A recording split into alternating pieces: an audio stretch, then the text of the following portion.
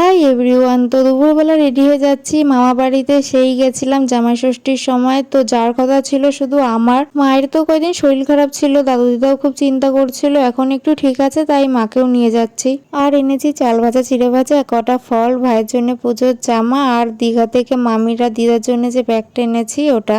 মামা বাড়িতে আসতেই ছোট মামি চিকেন কষা দিল, খেলাম। তারপরেই দুপুরের খাবার খেতে বসেছি। আর মেনুতে অনেক কিছুই আছে, মাছ, মাংস, ডিম, লাস্টে চিকেন দিয়ে খাবার শেষ করলাম। আর মামা বাড়িতে ঠাকুর ঘরে গোকরো সাপের বাসা হয়ে রয়েছে। এর আগেও অনেক কটা ডিম বার করেছিল, আজকেও 13টার মতন বার করেছে। আর সাপটা তো বারবার গর্ত থেকে বেরোচ্ছে আর ঢুকছে, লাস্টে পুরো ঘরটাই ভাঙতে হলো। তো আমরা বিকেল বেলার দিকে সবাই মিলে বেরিয়েছি একটু ঘুরতে।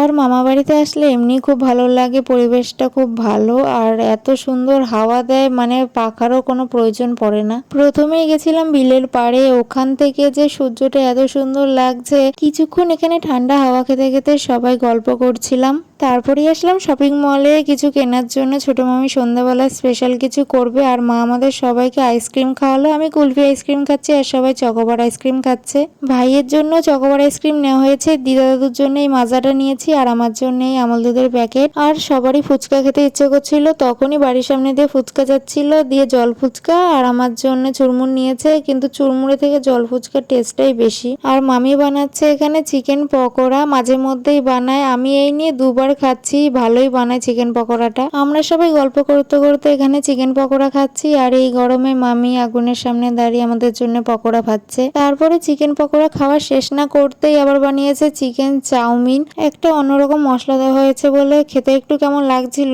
কিন্তু অতটাও খারাপ হয়নি। তো রাতের বেলায় চাউমিন খেয়ে আর কিছু খাইনি। তো ভিডিওটা এইটুকুই, সবাইকে গুড নাইট, টাটা।